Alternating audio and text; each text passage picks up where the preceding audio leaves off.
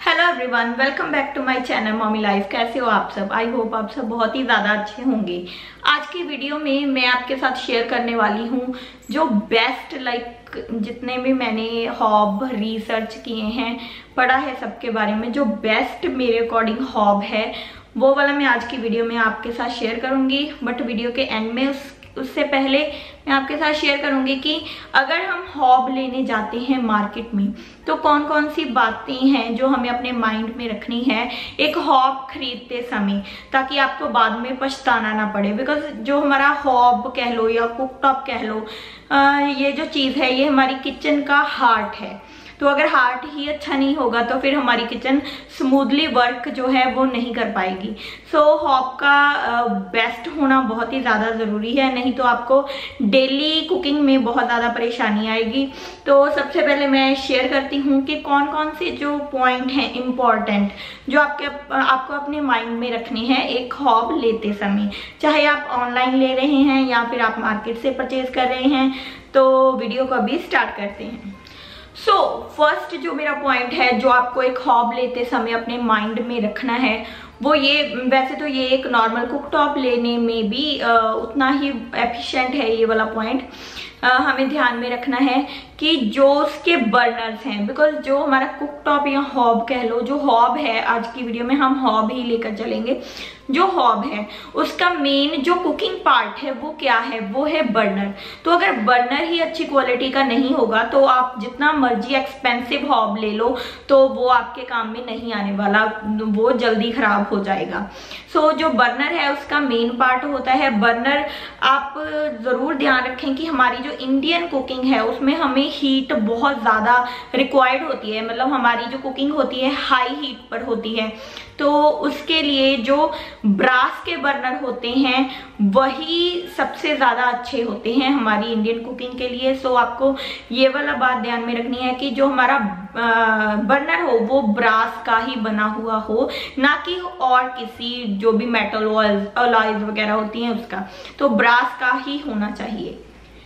And मेरा जो second point है वो भी बर्नर को लेकर ही है। तो हमारा जो कुकटॉप है, जो हमारा हॉब है, उसमें ये आप ध्यान रखें कि एक बर्नर जो है बड़ा हो, like jumbo burner. Jumbo burner की रिक्वायरमेंट हमें डेली कुकिंग में होती है। अगर आपके हॉब में एक जंबो बर्नर होगा तो उसका बेनिफिट ये होगा कि अगर आपको मतलब कभी जल्दी में कुछ कुक करना हो, लाइक कोई गेस्ट आ जाए, हमें जल्दी में बल्क में कुछ बनाना हो, तो वो जंबो बर्नर है वो बहुत ही ज़्यादा काम में आता है। तो अगर ज़्यादा क्वांटिटी में हमें कुक करना हो तो जंबो बर्नर पर हम उसे कुक कर सकते हैं। तो साथ ही साथ एक जंबो होना चाहिए, 2 मीडियम होने चाहिए अगर आप 4 बर्नर वाला लेते हैं, एंड एक होना चाहिए स्मॉल वाला अगर हमें कुछ तड़का या कुछ ऐसा मतलब छोटे पैन में हमें कुछ बनाना है तो उसके लिए स्मॉल बर्नर भी होना काफ़ी ज़्यादा इम्पॉर्टेंट है।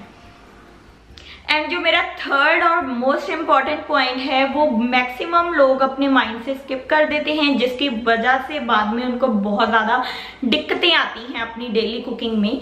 तो ये जो थर्ड पॉइंट है वो है कि हमें मेन जो हमारे हॉब में चेक करनी है वो है हमारे बर्नर्स की प्लेसमेंट।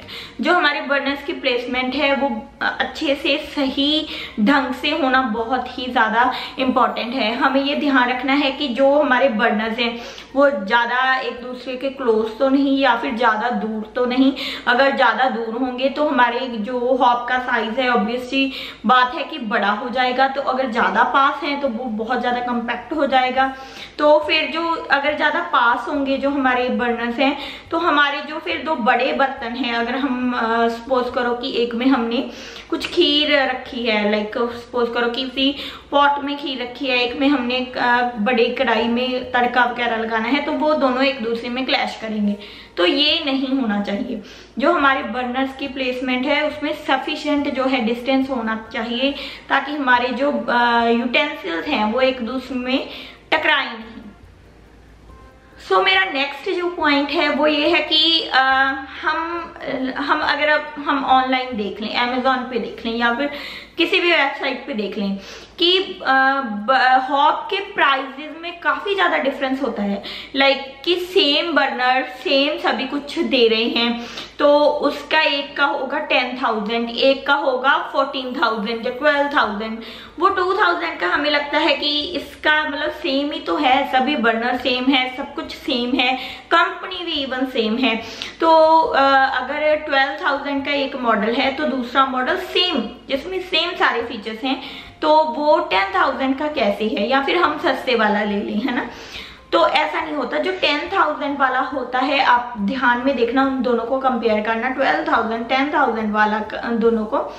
तो उसमें क्या होता है कि बर्नर की प्लेसमेंट भी सभी कुछ सेम होता है, लेकिन उसमें जो साइड का जो डिस्टेंस है, मतलब जो हमारा ऐसे फॉर एग्जाम्पल ये बड़ा हमारा हॉब है, यहाँ पर बर्नर है, तो उसका जो साइड वाला ये वाला पोर्शन है वो बिल्कुल ही छोटा होता है, जिसमें हमारा जो जिसकी कॉस्ट कम होगी। तो अगर ये भी छोटा होगा तो दिखने में बिल्कुल भी अच्छा नहीं लगेगा, ऐसा लगेगा कि सब कुछ कंपैक्ट एक जगह में बस भर दिया है, तो ऐसे लगेगा। वो उसकी लुक में जो है मेन डिफरेंस आता है उससे। तो आप इस बात का भी ध्यान रखें कि साइड में भी इनफ स्पेस हो ताकि हमारा जो हॉब है वो दिखने में भी अच्छा लगे।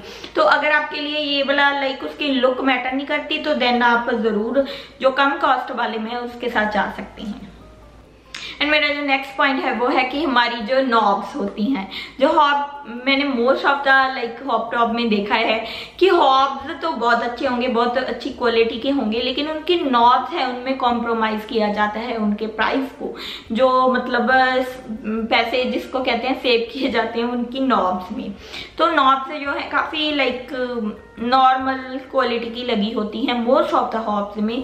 तो इससे हमें अच्छे से चेक करना है कि नॉब्स हैं जो वो अच्छी क्वालिटी की हों, बिकॉज नॉब एक ऐसा पार्ट है कुकटॉप का जिसे हमने कॉन्स्टेंटली यूज करना है। लाइक उसे स्लो कर लिया, हाई कर लिया, ऑन कर लिया, ऑफ कर लिया, तो ये जो पार्ट है मैक्सिमम यूज होगा।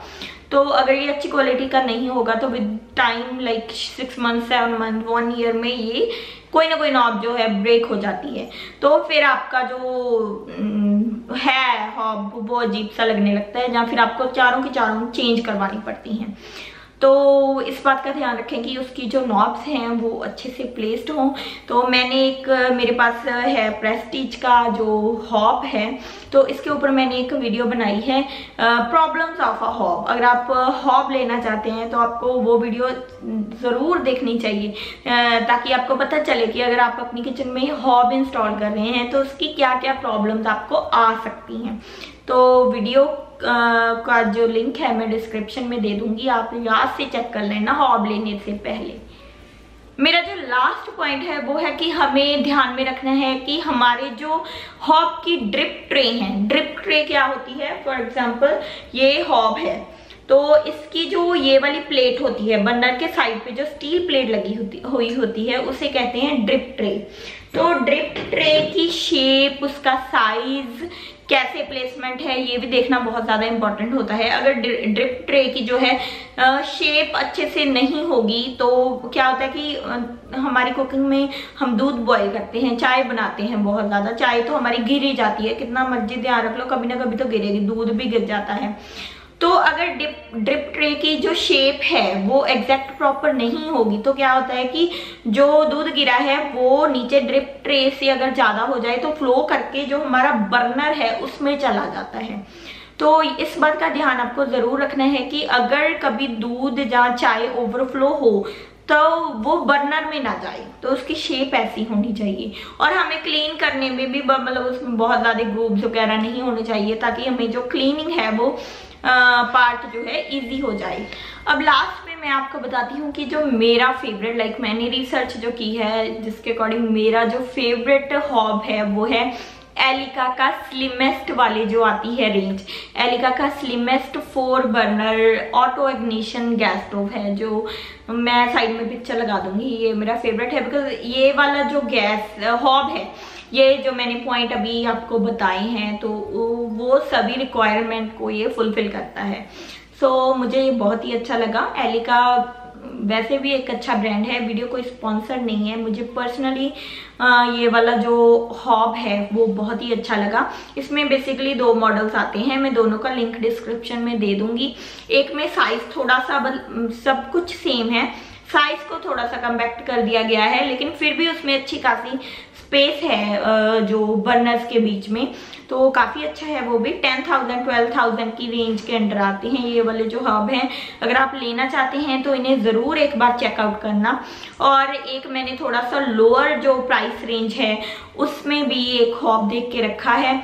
वो वाला जो हॉब है वो है सनफ्लेम का XL 3B counter top hob. तो ये एक 3 बर्नर हॉब है। मोस्टली हमारी जो किचन में 3 बर्नर्स की ही ज़रूरत होती है। अगर आप छोटे वाला देखना चाहते हैं, कम कॉस्ट में हॉब देखना चाहते हैं, तो आप डेफिनेटली इसे भी कंसीडर कर सकते हैं।